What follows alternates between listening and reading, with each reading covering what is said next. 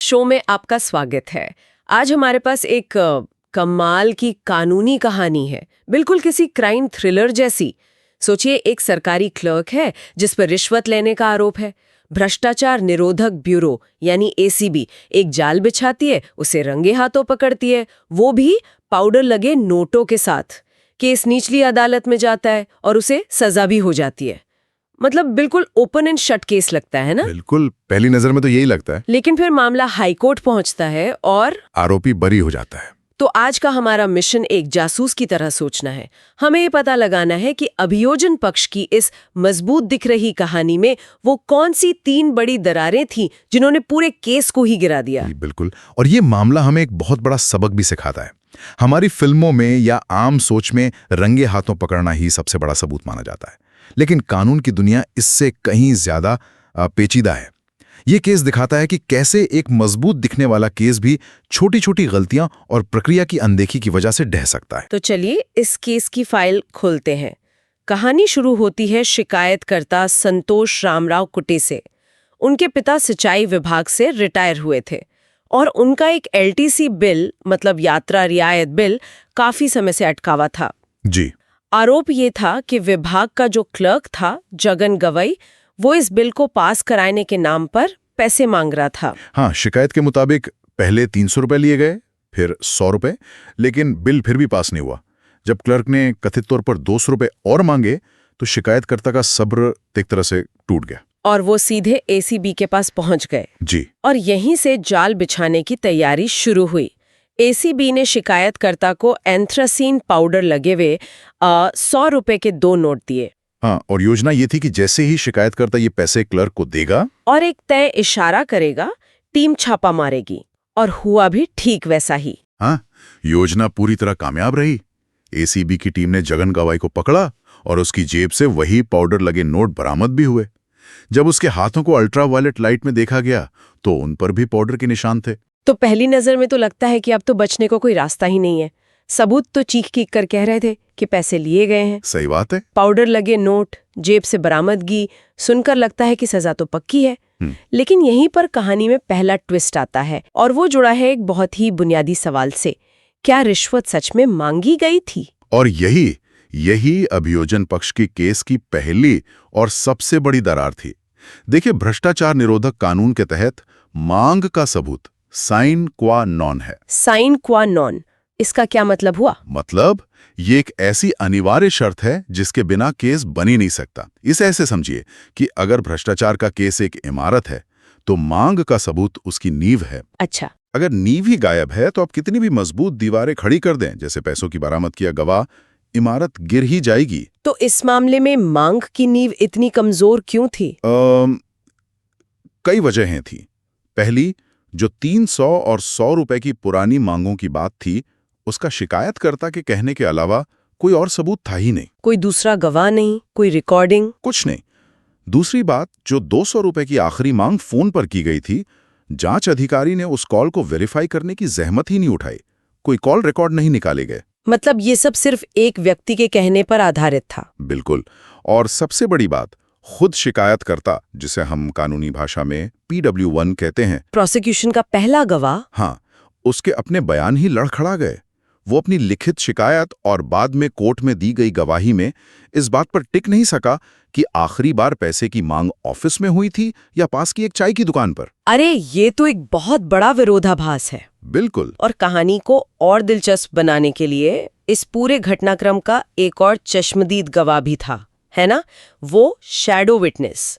हाँ, एसीबी जब भी ऐसा जाल बिछाती है तो शिकायतकर्ता के साथ एक सरकारी कर्मचारी को साए की तरह भेजती है ताकि वो हर बात की पुष्टि कर सके। उसे यहाँ PW2 यानी प्रोसिक्यूशन का दूसरा गवाह बनाया गया। और उसने क्या कहा? उसने तो केस को मजबूत करने के बजाय और कमजोर कर दिया। उसने कोर्ट में साफ कहा कि ऑफिस के अंदर पैसे या काम को लेकर कोई बात हुई ही नहीं थी। क्या बात कर रहे हैं जी। मतलब केस इस बात पर आकर अटक गया कि चाय की दुकान पर कौन कहाँ बैठा था और किसने क्या कहा। सुनने में मजेदार लगता है, लेकिन ये दिखाता है कि जब गवाहों की कहानी में इतनी छोटी छोटी बातों पर भी तालमेल ना हो तो जज बड़ी बातों पर कैसे भरोसा करेगा। आपने बिल्कुल सही पकड़ा। दोनों गवाह चाय की दुकान पर बैठने की व्यवस्था से लेकर घटनाओं के क्रम तक पर एकमत नहीं थे। और सोचिए, वो एक पब्लिक चाय की दुकान थी, वहां और भी लोग थे, लेकिन जांच अधिकारी ने किसी भी एक आजाद गवाह से पूछताछ करना जरूरी नहीं समझा। तो मांग का सबूत एक तरह से पूरी तरह ढह गया। हाँ, बिल्कुल। ठीक है, तो पहली दरार तो साफ दिख गई, मांग साबित नहीं हो पाई। लेकिन कहानी में झोल सिर्फ गवाहों तक ही सीमित नहीं था। जो पूरी इन्वेस्टिगेशन हुई उसमें भी बड़े बड़े छेद थे। ये हमारे केस की दूसरी बड़ी दरार है। हाँ, और ये एक विडंबना है। जिस जांच अधिकारी को केस मजबूत करना था, उसी की गवाही केस के लिए ताबूत में कील साबित हुई। उसे PW3 बनाया गया। प्रोसिक्यूशन का तीसरा गवाह। जी, जब बचाव पक्ष के वकील ने उससे जिरह यानी क्रॉस एग्जामिनेशन शुरू किया, तो उसने ऐसी बातें मानी जिनसे पूरा केस ही हिल गया। लेकिन एक मिनट, जिरा का मकसद क्या होता है? क्या ये सिर्फ गवाह को उलझाने के लिए होता है? नहीं नहीं, इसका मकसद सच को बाहर निकालना होता है। ये देखा जाता है कि गवाह अपनी कहानी पर कितना टिका है और क्या उसकी कहानी में कोई झोल तो नहीं है। अच्छा। और इस केस में जांच अधिकारी की कहानी में बहुत झोल निकले। सबसे बड़ी बात जो उसने मानी वो ये थी कि आरोपी क्लर्क के पास ट्रेजरी से लगे ऑब्जेक्शंस को हटाने का अधिकार था ही नहीं। ये काम उसके हेड ऑफ ऑफिस का था। अरे ये तो बहुत बड़ा पॉइंट है। अगर उसके पास वो काम करने का अधिकार ही नहीं था तो फिर वो रिश्वत मांगी क्यों रहा था? यही सवाल अदालत ने भी पूछा। इससे रिश्वत मांगने का मकसद यानी मोटिव ही सवालों के घेरे में आ गया। अब आप कह सकती हैं कि रिश्वत तो अक्सर काम करवाने के लिए दी जाती है, भले ही करने वाला कोई और हो। हाँ, मैं यही सोच रही थी, क्लर्क एक बिचौल का भी तो हो सकता है। हो सकता है। और मजे की बात यह है कि आरोपी ने अपने बयान में कुछ ऐसा ही कहा भी था। उसने कहा कि शिकायतकर्ता ने उसे ये पैसे ट्रेजरी के अधिकारियों को देने के लिए दिए थे। अच्छा। लेकिन जांच अधिकारी ने जिरह में माना कि उसने इस एंगल से कोई जांच ही नहीं की। ट्रेजरी के किसी कर्मचारी से कोई पूछताछ नहीं की गई। मतलब एक संभावित स्पष्टीकरण को पूरी तरह से नजरअंदाज कर दिया गया। जी बिल्कुल। मतलब जांच एक ही दिशा में चलती रही, दूसरी किसी संभावना को देखा ही नहीं गया। और कोई खामी थी जांच में? एक और थी जो प्रक्रिया से जुड़ी थी। जब आरोपी के हाथ पर पाउडर की जांच के लिए वो अल्ट्रावायलेट टेस्ट किया गया तो एक पंचनामा बनाया गया। वो आधिकारिक रिकॉर्ड? हाँ, उस पंचनामे में लिखा था कि टेस्ट के लिए कमरे में कृत्रिम अंधेरा किया गया, लेकिन गवाही के दौरान कहा गया कि बाद में खिड़की दरवाजे खोले गए।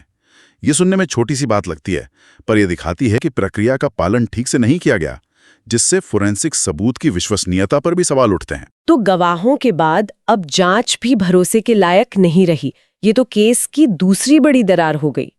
अब आते हैं उस आखिरी चीज पर जिसने शायद इस केस पर ताला लगा दिया, अभियोजन की मंजूरी यानी सैंक्शन। ये क्या होता है? किसी भी सरकारी कर्मचारी पर भ्रष्टाचार का केस चलाने से पहले सरकार को उसके सीनियर डिपार्टमेंटल ऑफिसर से एक मंजूरी लेनी पड़ती है। इसे ही सैंक्शन फॉर प्रोसिक्यूशन कहते हैं।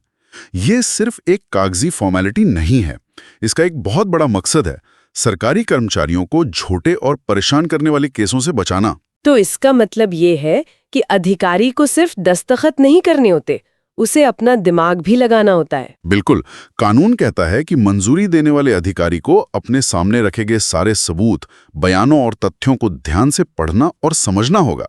उसे स्वतंत्र रूप से ये तय करना होगा कि क्या पहली नजर में मुकदमा चलाने लायक कोई मामला बनता भी है या नहीं। और इस केस में मंजूरी देने वाले अधिकारी जो सुपरिंटेंडिंग इंजीनियर थे और जिन्हें PW4 बनाया गया, उन्होंने क्या किया? उनकी गवाही अभियोजन के लिए किसी आपदा से कम नहीं थी। अच्छा। जिरह में उन्होंने माना कि जब उन्होंने मंजूरी दी तब उनके पास शिकायतकर्ता के बयान के सिवा कोई और दस्तावेजी सबूत नहीं था। उन्हें ना तो ट्रेजरी ऑब्जेक्शन भी कोई खास जानकारी थी और ना ही आरोपी क्लर्क की असल जिम्मेदारियों के बारे में ठीक से पता था। और सबसे चौंकाने वाली बात क्या थी? सबसे चौंकाने वाली बात ये थी कि उन्होंने ये भी मान लिया कि मंजूरी देने से पहले उन्होंने आरोपी द्वारा दिए गए स्पष्टीकरण पर विचार ही नहीं किया था। क्या? जबकि वो स्पष्टीकरण फाइल में मौजूद था। अरे, मतलब मंजूरी देने वाले अफसर ने अपना होमवर्क किया ही नहीं। ये तो ऐसा हुआ जैसे किसी डॉक्टर ने बिना मरीज को देखे और उसकी रिपोर्ट पढ़े ही सर्जरी की इजाजत दे दी हो। एक तरह से ये तो पूरी प्रक्रिया का मजाक बनाने जैसा है। केस की तीसरी और सबसे घातक दरार थी। तो चलिए इन तीनों दरारों को एक साथ रख के देखते हैं। पहली, रिश्वत की मांग का कोई भरोसेमंद सबूत नहीं।